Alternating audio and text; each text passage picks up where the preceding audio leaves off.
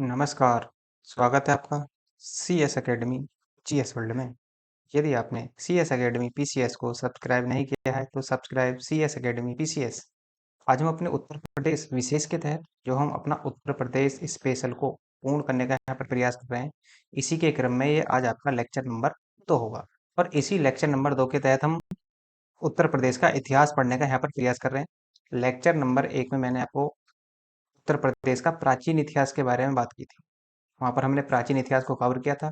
और यहाँ पर आज जो लेक्चर नंबर 2 होगा आपका, ये जो आपका पूरी तरीके से हम मध्यकालीन इतिहास और आधुनिक भारतीय या आधुनिक उत्तर प्रदेश के इतिहास को हम यहाँ पर पूर्ण कर लेंगे। दोनों को यहीं पर ही खत्म कर देंगे आज इसी लेक्चर नंबर 2 में। तो देखो, जो ये जो आपका वीडियो होगा ये पूरी तरीके से यूपीपीएससी और जो यूपी ट्रिपल एससी होता है उन आयोगों के लिए, जैसे यूपी ट्रिपल एससी में पैट का एग्जाम होगा, जूनियर असिस्टेंट का होगा, वीडियो का, स्टाफ नर्स का, फॉरेस्ट गार्ड का और जितने भी वेरियस एग्जाम होते हैं उनके लिए यूजफुल होगा। और उसके तहत आरओ, जो यूपी पीएससी के द्वारा आरओ, एआरओ, जो BO, LT grade, PCS, GIC वगैरह के जो एग्जाम होते हैं उन सभी के लिए इंपॉर्टेंट होने वाला है, क्योंकि इसको हम पूरी डिटेल के साथ पढ़ेंगे। क्योंकि देखो, लेवल जो होगा हमारा वो यूपी ट्रिपल एससी के लेवल का नहीं होगा, वो यूपी पीएससी के लेवल का हम यहाँ पर पढ़ेंगे। और इसी यूपी पीएससी के लेवल के साथ साथ ही आपका यूपी ट्रिपल एससी वाला ये जो है अपना अपने आप ही आपका कवर हो जाता है। क्यों? क्योंकि यदि आप हाई लेवल से पढ़ते हैं तो नीचे के जो लेवल होते हैं, जो लो लेवल के एग्जाम होते हैं, वो अपने आप ही एग्जाम क्रैक हो जाते हैं। उसी को ध्यान में रखते हुए हम इसको लेकर आगे बढ़ेंगे। तो स्टार्ट करेंगे आज मध्यकालीन भारतीय इतिहास से, मध्यकालीन उत्तर प्रदेश के इतिहास से। तो मध्यकाल में उत्तर प्रदेश का जो मध्यकालीन इतिहास रहा है उसमें उत्तर प्रदेश का क्या योगदान रहा, कौन कौन सी घटनाएं मध्यकाल में घटी हैं उत्तर प्रदेश में, उन सब के बारे में हमें यहाँ पर चर्चा करनी है। जैसे यदि आपसे कहा जाए कि मध्यकाल की शुरुआत, मध्यकाल में हम देखेंगे देखो तराइन के युद्ध से। हालांकि जो तराइन का प्रथम युद्ध होता है वो 1191 ईस्वी में पृथ्वीराज चौहान तृतीय के बीच होता है। पृथ्वीराज चौहान तृतीय और मोहम्मद गौरी के बीच होता है। लेकिन इसमें क्या होगा कि इसी युद्ध में पृथ्वीराज चौहान और मोहम्मद गौरी के जो बीच युद्ध होगा उसमें पृथ्वीराज चौहान पूरी तरीके से इसमें इसको युद्ध को जीत जाएंगे और गौरी जो होगा वो भारत छोड़ने के लिए यहाँ से विवश हो जाएगा।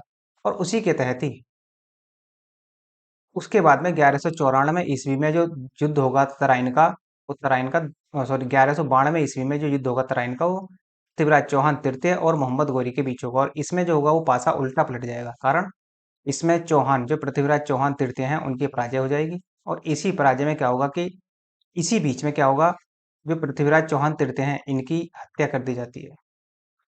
और उसी दौरान में जब आप देखेंगे तो मोहम्मद गौरी का भारत पर या ये कह लो कि दिल्ली पर अधिकार सिद्ध हो जाता है पूरी तरीके से। अब देखो हुआ क्या था, मोहम्मद गौरी को पृथ्वीराज चौहान पर आक्रमण करने के लिए न्योता किसने दिया था? तो एक राजा था जयचंद। इसी ने ही मोहम्मद गौरी को जय न्योता दिया था पृथ्वीराज चौहान पर आक्रमण करने के लिए। कारण क्या था? कारण था कि जयचंद की पुत्री थी संयोगिता, और संयोगिता और पृथ्वीराज चौहान जो थे वो एक दूसरे से प्रेम करते थे। और यही बात, इसी बात को लेकर पृथ्वीराज चौहान तृतीय ने संयोगिता का अपहरण किया था। इसी बात का बदला लेने के लिए जयचंद ने मोहम्मद गौरी को न्योता दिया था पृथ्वीराज चौहान पर आक्रमण करने के लिए। और ये भी कहा था कि जब आप पृथ्वीराज चौहान पर आक्रमण करेंगे तो वो जो जयचंद होगा वो उसकी सहायता करेगा पृथ्वीराज चौहान के विरुद्ध। इसी दौरान क्या हुआ कि जयचंद ने पृथ्वीराज चौहान के विरुद्ध जो गौरी ने युद्ध लड़ा था, जयचंद ने उस युद्ध में अर्थात 1191 के तराइन के युद्ध में पृथ्वीराज चौहान की कोई मदद नहीं की, और ना ही 1192 में। इसी वजह से क्या होगा कि 1194 ईस्वी में चंदावर का युद्ध जो होगा वो जयचंद और मोहम्मद गौरी के बीच लड़ा गया। कारण यही था। अभी चंदावर जगह कहाँ पड़ती है? देखो चंदावर जगह पड़ती है, ये जो फिरोजाबाद वाला शहर है, ये फिरोजाबाद वाला क्षेत्र है, इसी में ही आपका चंदावर वाला क्षेत्र पड़ता। तो इस युद्ध में क्या होगा कि जयचंद पूरी तरीके से पराजित हो जाता है। तो ये इनकी कहानी थी। तराइन का दूसरा युद्ध देखा हमने 1192 में हुआ, और फिर चंदावर का युद्ध हुआ 1194 में। किसके बीच? जयचंद और मोहम्मद गौरी के बीच हुआ था। उसी बीच में आप देखेंगे जो जब 1206 ईस्वी में के आसपास गौरी की मृत्यु हो जाती है, तो जो दिल्ली सल्तनत थी, दिल्ली सल्तनत की नींव डालता है मोहम्मद गौरी का ही गुलाम इल्तुतमिश। सॉरी, इल्तुतमिश नहीं, कुतुबुद्दीन ऐबक। कुतुबुद्दीन ऐबक ने ही इल्तुतमिश को बदायूं का गवर्नर भी बनाया था। तो दिल्ली सल्तनत में 1206 में गुलाम वंश की जो स्थापना की थी वो कुतुबुद्दीन ऐबक ने की थी, और कुतुबुद्दीन ऐबक का ही गुलाम था इल्तुतमिश। इल्तुतमिश ने ही इसे बदायूं का गवर्नर बनाया था। ये पूछ सकता है कि दिल्ली सल्तनत के दौरान बदायूं का गवर्नर कौन था, तो इल्तुतमिश को नियुक्त किया गया था। फिर आप आगे बढ़ेंगे, खिलजी वंश में आएंगे, तो खिलजी वंश में देखेंगे अलाउद्दीन खिलजी को जलालुद्दीन खिलजी ने कड़ा का गवर्नर बनाया था। अलाउद्दीन खिलजी कौन था? अलाउद्दीन खिलजी जो था ये जलालुद्दीन खिलजी का भतीजा था, भतीजा भी था, ये भी कह लो दामाद भी था, और मुख्य सेनापति भी यही था। खिलजी वंश की स्थापना किसने की थी? तो खिलजी वंश की स्थापना की थी जलालुद्दीन खिलजी ने। और कड़ा कहाँ है? कड़ा जगह पड़ती है इलाहाबाद के पास, या प्रयागराज के पास पड़ती है कड़ा नामक जगह। तो यहीं पर इसको गवर्नर बनाया था कड़ा का, किसने? अलाउद्दीन जलालुद्दीन खिलजी ने अलाउद्दीन खिलजी को। अलाउद्दीन खिलजी के दरबार में अमीर खुसरो रहते थे, और इनका जो जन्म हुआ था, अब एटा नहीं रखना, इसको कासगंज कर लेना, कासगंज। कासगंज जिले के पटियाली नामक स्थान पर हुआ था। वर्तमान में इसकी स्थिति क्या है? कासगंज ही है, जिसे यहाँ पर मैंने काटा है। पहले जो था कि एटा के अंतर्गत आता था ये पटियाली, लेकिन बाद में क्या हुआ, ये जब अलग जिले बने तो कासगंज में आया आपका ये पटियाली। इसी वजह से वर्तमान स्थिति जो है, जो अमीर खुसरो का जन्म हुआ वो कासगंज के पटियाली में आपको देखने को मिलेगा। और इन्हीं अमीर खुसरो को ही तूतीय हिंद की संज्ञा भी दी गई है। फिरोजाबाद, जो फिरोजाबाद शहर है, जो चूड़ियों के लिए प्रसिद्ध है, तो इसे तुगलक ने, या फिरोज शाह तुगलक ने फिरोजाबाद शहर को बसाया था, जिसे कांच की नगरी या चूड़ियों की नगरी भी कहा जाता है इसी को। और जौनपुर नामक शहर इसने अपने भाई जौना खां की याद में बनवाया था। जौनपुर को ही सिराजे हिंद नाम से जाना जाता है, और इसे ही पूरब का सिराज भी कहा जाता है। क्यों? क्योंकि सिराजे हिंद या पूरब का सिराज इसलिए कहा जाता है कि उस समय के दौरान शिक्षा का जो प्रमुख केंद्र था, शिक्षा का प्रमुख केंद्र जो बना था वो जौनपुर ही बना था। ये थोड़ा सा ध्यान रखना है आपको। तो जौनपुर ही शिक्षा का प्रमुख केंद्र था। अब जरा अमीर खुसरो के बारे में थोड़ा सा हम पढ़ लेते हैं कि अमीर खुसरो की क्या क्या उपलब्धियां रही। जैसे ये आप देख सकते हैं, ये अमीर खुसरो का फोटो। कविता और दोहों का संग्रह करने वाले ये पहले व्यक्ति थे जिन्होंने कविता और दोहों का संग्रह किया था। तो इनका जन्म 1243 ईस्वी में कासगंज पटियाली में हुआ, और मृत्यु 1325 में दिल्ली में हुई थी। हजरत निजामुद्दीन औलिया खुसरो के गुरु थे। तो हजरत निजामुद्दीन औलिया जो थे वो अमीर खुसरो के गुरु हुए, और अमीर खुसरो को ही तूतीय हिंद के नाम से जाना गया। दिल्ली सल्तनतों में सर्वाधिक सुल्तानों के समकालीन थे, अर्थात इन्होंने सबसे ज्यादा सुल्तानों का काल देखा था। लगभग 7 से 8 के नाम मिलते हैं देखने को। तो सर्वाधिक सुल्तानों का काल देखा, अर्थात सर्वाधिक सुल्तानों के समकालीन भी यही रहे थे। और इन्होंने ही तबला और सितार का आविष्कार किया था। कश्मीर को इन्होंने धरती का स्वर्ग कहा था, अर्थात यदि कहीं स्वर्ग है धरती पर तो वो कश्मीर में है। खम्स ए खुसरो नामक ग्रंथ की रचना की थी इन्होंने। खुसरो ने सुल्तान ए जहां अलाउद्दीन को कहा था। और लोधी वंश का, अब देखो ये तो होगी इतनी बात कहानी अमीर खुसरो के बारे में। जरा आगे बढ़ते हैं और देखते हैं लोधी वंश के बारे में। लोधी वंश क्या कहता है? देखो, लोधी वंश का जो महान शासक था वो सिकंदर लोधी था।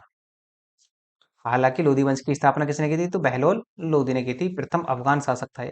तो ये थोड़ा सा ध्यान रखना, लेकिन हम केवल उत्तर प्रदेश के परिप्रेक्ष्य में पढ़ रहे हैं। तो इसी लोधी वंश में, जो लोधी वंश का महान शासक था सिकंदर लोधी, इसी ने ही 1504 में आगरा की स्थापना की थी, यमुना नदी के किनारे। जो ये आपका आगरा वाला शहर, ये आगरा वाली सिटी है, ये वाली। आगरा शहर की स्थापना किसने की? तो सिकंदर लोधी ने की थी 1504 ईस्वी में। और 1506 में ही, यहाँ पर आप देखेंगे, यहाँ पर दिल्ली है, तो दिल्ली से राजधानी स्थानांतरित करके कहाँ लाई गई? आगरा लाई गई थी। तो 1506 में दिल्ली से राजधानी स्थानांतरित करके आगरा कर दी गई। मुगल वंश की पहली राजधानी कौन सी बनी? तो मुगल वंश की पहली राजधानी आगरा ही बनी थी। बाद में जब लोधी वंश का अंत हो जाता है, लोधी वंश का अंतिम शासक था इब्राहिम लोधी। इब्राहिम लोधी को ही बाबर पराजित कर देता है युद्ध में। बाबर जब युद्ध में पराजित कर देता तो बाबर ही भारत में मुगल वंश की नींव डालता, और मुगल वंश की जो पहली राजधानी बनी थी वो आगरा ही बनती। और मुगल वंश की स्थापना किसने की? बाबर ने। और बाबर को ही पहले पहले आगरा के आराम बाग में दफनाया गया था। जो आगरा में आराम बाग बना हुआ वहां दफनाया गया। लेकिन जब बाबर की बाबरनामा को पढ़ा गया तो उसमें सीधा सीधा लिखा गया था कि इसकी अंतिम इच्छा थी कि इसको जो दफनाया जाए वो काबुल में दफनाया जाए। तो बाद में आराम बाग से निकालकर इसे बाद में काबुल में दफनाया गया था। मुगल काल में आगरा जो था वो मुस्लिम शिक्षा का प्रमुख केंद्र बनकर उभरा था। तो मुगल काल में शिक्षा का प्रमुख केंद्र कौन था? तो मुगल काल में प्रमुख शिक्षा का केंद्र बना था आगरा। नेक्स्ट है आपका, आगरा का किला अकबर ने बनवाया था। जो आगरा का किला है वो अकबर ने बनाया, और इसी आगरे के किले में ही दीवाने आम और दीवाने खास का निर्माण हुआ है। और आगरा में ही जो है वो एतमादुद्दौला का मकबरा है। एतमादुद्दौला कौन थे? तो एतमादुद्दौला जो था वो जहांगीर का ससुर था और मेहरुन्निसा का पिता था। तो ये ध्यान रखना है कि अतमातुद्दौला कौन था, तो जहांगीर का ससुर और मेहरुन्निसा का ये फादर था, अर्थात कहने के लिए पिता था। तो जहांगीर की पत्नी कौन थी, तो जहांगीर की पत्नी थी मेहरुन्निसा ने ही एतमादुद्दौला का मकबरा बनवाया था। और अकबर ने फतेहपुर सीकरी में बुलंद दरवाजे का निर्माण करवाया था। और फतेहपुर सीकरी में ही अकबर के बेटे सलीम, जिसे जहाँ जो मुगल काल में जहांगीर के नाम से प्रसिद्ध हुआ, तो फतेहपुर सीकरी में ही सलीम का जन्म हुआ था। कहाँ, शेख सलीम चिश्ती की दरगाह। दो गुरु। और हुआ क्या था कि अकबर को कोई पुत्र नहीं था। इसी कारण क्या था कि अकबर जो था ये शेख सलीम जो थे इनकी दरगाह पर जाता था, इन्हीं की कारण ही क्या हुआ, इन्हीं के पास जाता था। तो ऐसा माना जाता है कि इन्हीं के ही आशीर्वाद से सलीम पैदा हुआ था, और इन्हीं के नाम पर अकबर ने अपने गुरु सलीम के नाम पर ही अपने पुत्र का नाम सलीम रखा, जो वर्तमान में, या फिर ये कह लो कि जो मुगल साम्राज्य में जहांगीर के नाम से प्रसिद्ध हुआ था, तो अपने पुत्र के नाम पर रखा था।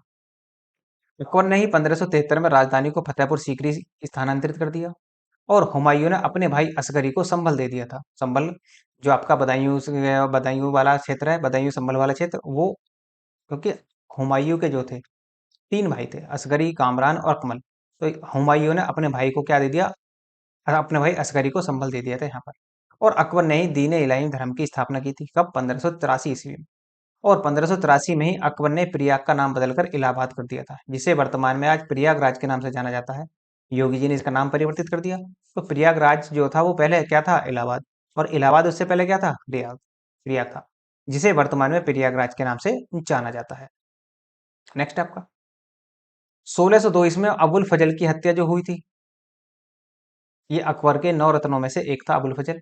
तो सलीम के कहने पर, अर्थात जहांगीर के कहने पर ही, सलीम की मदद से, जो ये कह लो कि अबुल फजल की जो हत्या करवाई थी, सलीम के कहने पर ही वीर सिंह बुंदेला ने की थी।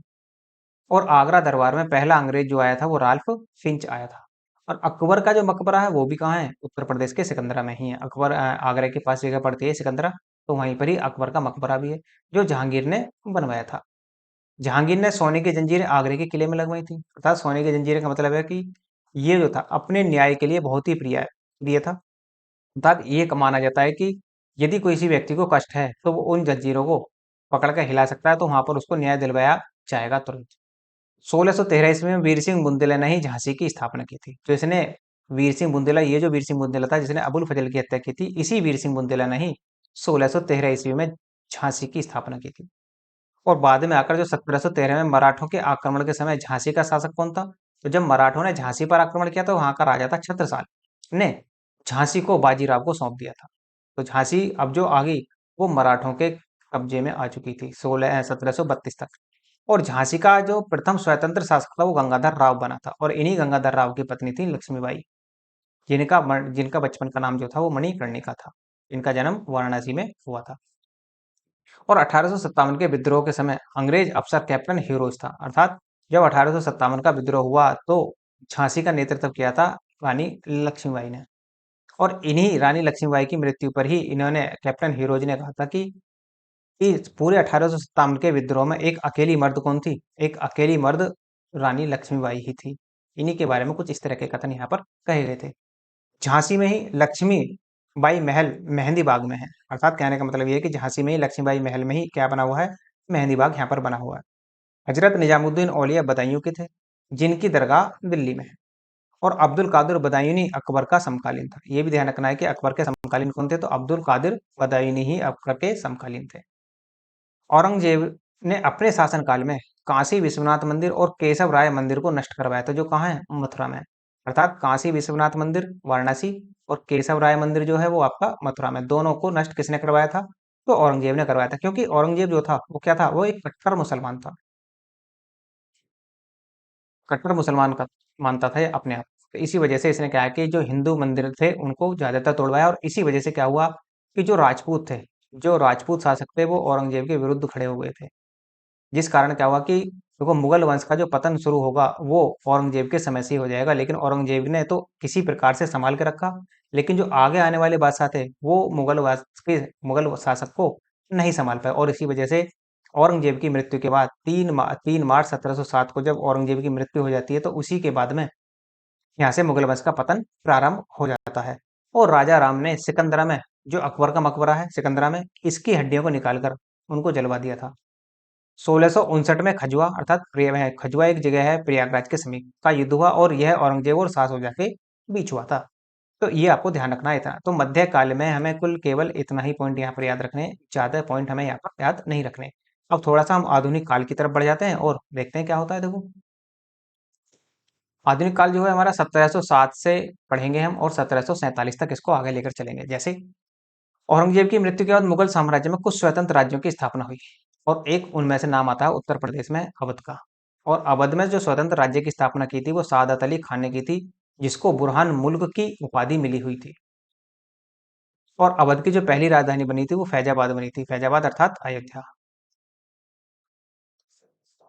तो आसाफुद्दौला ने लखनऊ में बड़े इमामबाड़े का निर्माण करवाया था और मोहम्मद अली शाह ने लखनऊ में छोटे इमामबाड़े का निर्माण करवाया था। तो इसका ध्यान रखना कि आसफुद्दौला ने कौन से इमामबाड़े का निर्माण, तो बड़े इमामबाड़े का, और वहीं मोहम्मद अली शाह ने छोटे इमामबाड़े का निर्माण 1837 में करवाया था। और देखो इसमें क्या हुआ, बक्सर का युद्ध होता है। बक्सर का युद्ध कब हुआ? 1764 में। बक्सर के युद्ध में जो बक्सर बंगाल का नवाब था मीर कासिम और मुगल बादशाह था, एक तरीके से देखेंगे, और उसके साथ साथ जो था अवध का नवाब था। अवध के नवाब, इन तीनों की सेना और अंग्रेजों की संयुक्त सेना के बीच हुआ था, जिसमें अंग्रेजों ने इन तीनों को पराजित कर दिया। और इसी बीच में क्या होगा कि इलाहाबाद की संधि होगी। अब देखो, जो इलाहाबाद की संधि होती है, पहली संधि होती है 12 अगस्त 1765 को, और दूसरी संधि होती है जस्ट 4 दिन बाद 16 अगस्त 1765 को। तो दो संधियां होंगी, एक संधि होगी मुगल बादशाह और अंग्रेजों के बीच और दूसरी संधि होगी अवध के नवाब और अंग्रेजों के बीच होगी। तो अंग्रेजों की ओर से कौन था? Robert Clive. और अवध का नवाब कौन था? सुजाउद्दौला। और उसकी तरह से मुगल बादशाह कौन था? तो शाह आलम द्वितीय था। तो पहली संधि जो हुई वो तो इनके रॉबर्ट क्लाइव और शाह आलम द्वितीय के बीच हुई पहली संधि, और दूसरी संधि जो हुई वो रॉबर्ट क्लाइव और सुजाउद्दौला के बीच हुई थी। इसी बीच में क्या हुआ, जो शाह शाह आलम द्वितीय था मुगल बादशाह, उसको इलाहाबाद के किले में 26 लाख रुपए की पेंशन देकर, वार्षिक पेंशन देकर वहां पर नजरबंद कर दिया गया। अवध का अंतिम नवाब जो था वो वाजिद अली शाह था। इसी के समय में डलहौजी ने राज्य हड़प नीति के तहत लखनऊ को ब्रिटिश शासन में मिला लिया था। तो राज्य हड़प नीति, डलहौजी का जो शासनकाल था वो 1849 से लेकर 1854 के आसपास का काल माना जाता है। तो डलहौजी ने ही भारत में राज्य हड़प नीति को लागू किया था।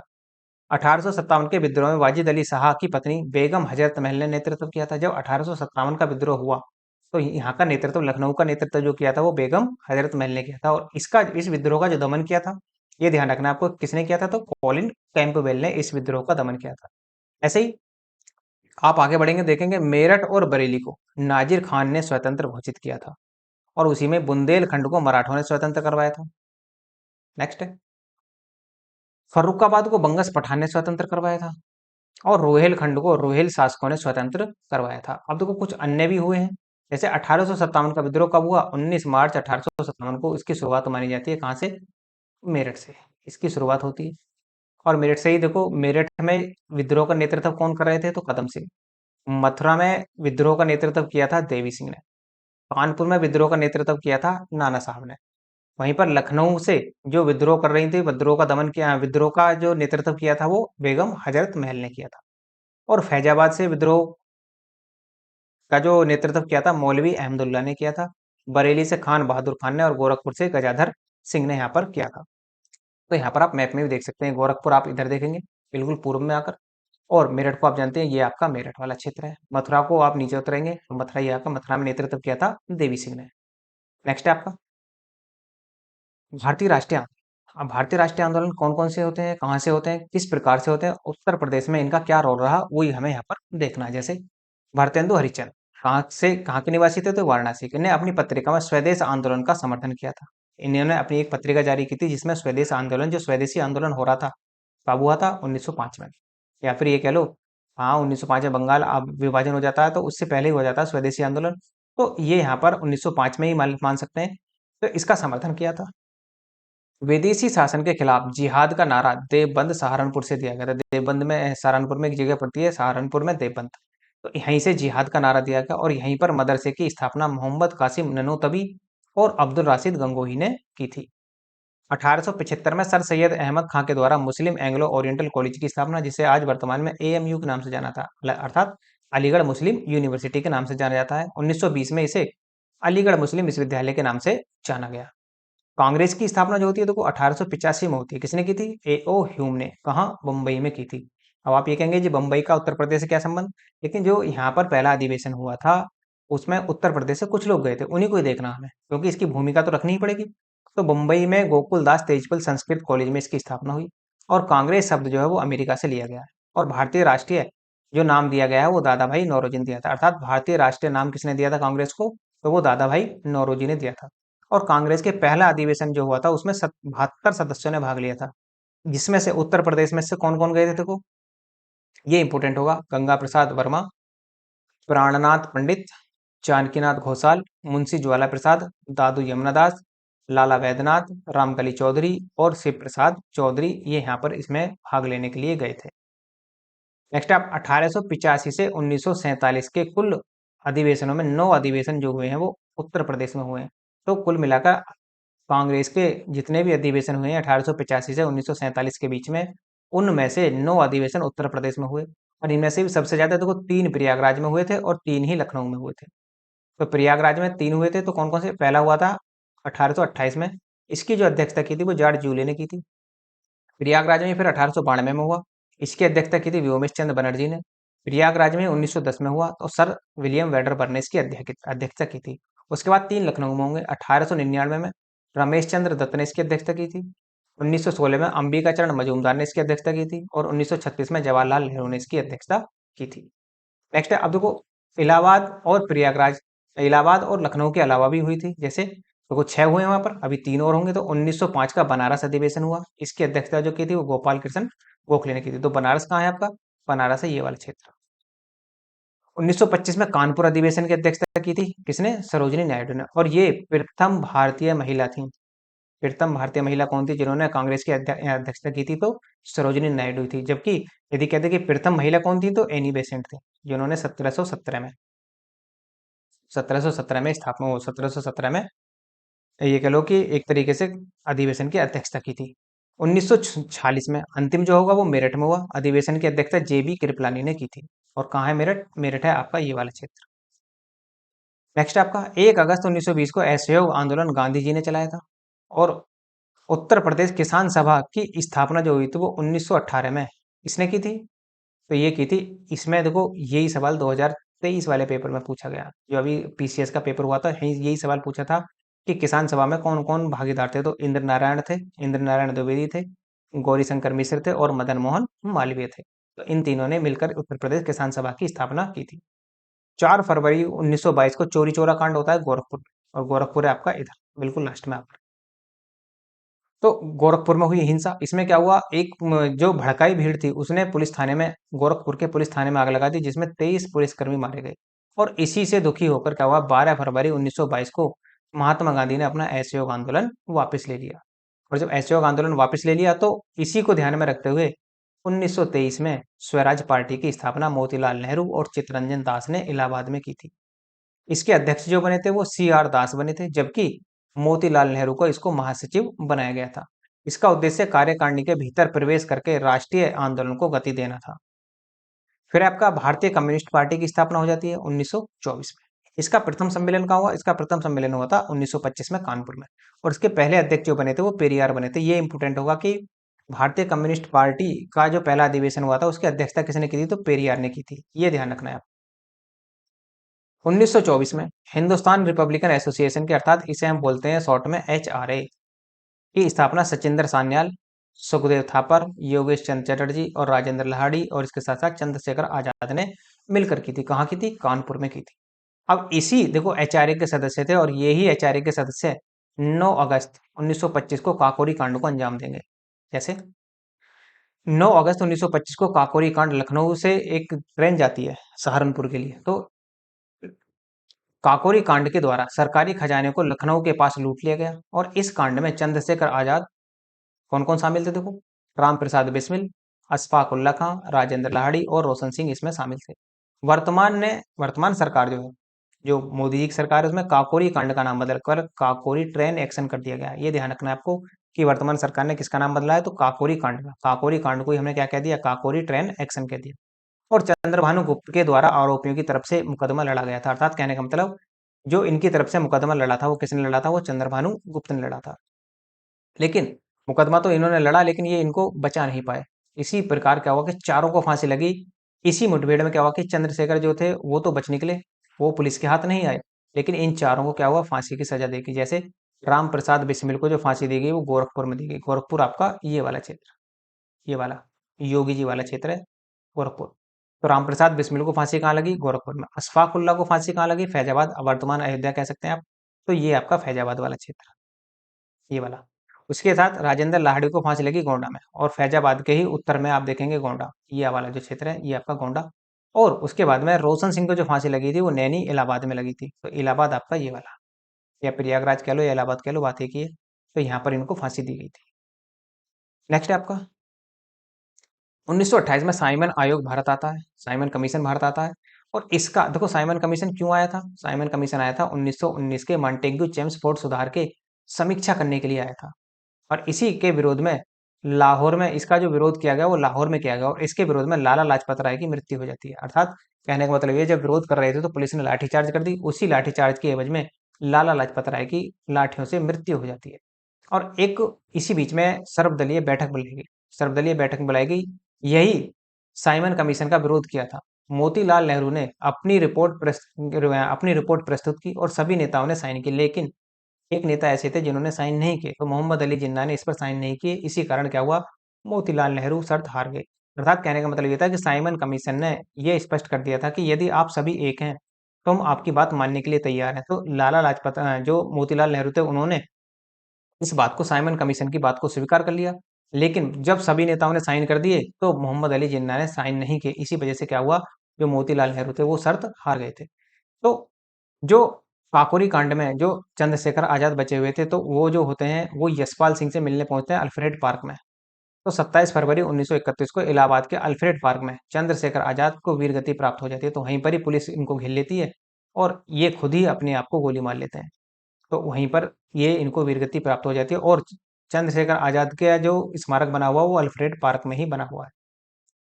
इसी अल्फ्रेड पार्क को अब चंद्रशेखर आजाद या आजाद पार्क के नाम से भी जाना जाता है वर्तमान में। और इसके बाद में अखिल भारतीय किसान सम्मेलन 1936 में लखनऊ में हुआ। इसके अध्यक्ष स्वामी सहजानंद सरस्वती को बनाया गया, जबकि इसके महासचिव जो बने थे वो एनजी रंगा बने थे। नेक्स्ट है आपका 1937 में भारत में प्रथम निर्वाचन हुआ, और इस समय भारत का जो वायसराय था वो लॉर्ड लिंथिंग। संयुक्त प्रांत विधानसभा में गोविंद बल्लभ पंत ने सरकार बनाई, अर्थात संयुक्त प्रांत में किसने सरकार बनाई थी, तो गोविंद बल्लभ पंत। तो भारत में उत्तर प्रदेश के पहले मुख्यमंत्री कौन बने थे, तो गोविंद बल्लभ पंत ही मुख्यमंत्री में थे। और कांग्रेस की तरफ से संयुक्त प्रांत के प्रधानमंत्री ये बनाए गए थे। 8 अगस्त 1942 को भारत छोड़ो आंदोलन मुंबई से शुरू हुआ, लेकिन यदि हम उत्तर प्रदेश की बात करें तो जस्ट 8 दिन बाद इसकी शुरुआत होती है, अर्थात 16 अगस्त 1942 को बलिया से इसकी शुरुआत होती है। कहाँ, उत्तर प्रदेश में। 1937 में उत्तर प्रदेश का नाम संयुक्त प्रांत रखा गया, और 24 जनवरी 1950 को उत्तर प्रदेश इसका नाम कर दिया जाता है। तो उसके बाद में आप एक आंदोलन और रह गया आपका। एक आंदोलन जो होता है वो उत्तर प्रदेश में होता है, किसके नेतृत्व में, मदारी पासी के नेतृत्व में एक आंदोलन का प्रारंभ किया गया। इसका जो प्रारंभ हुआ था, जब असहयोग आंदोलन चल रहा था जब भी प्रारंभ हुआ था, 1920 से 1922 के बीच हुआ था।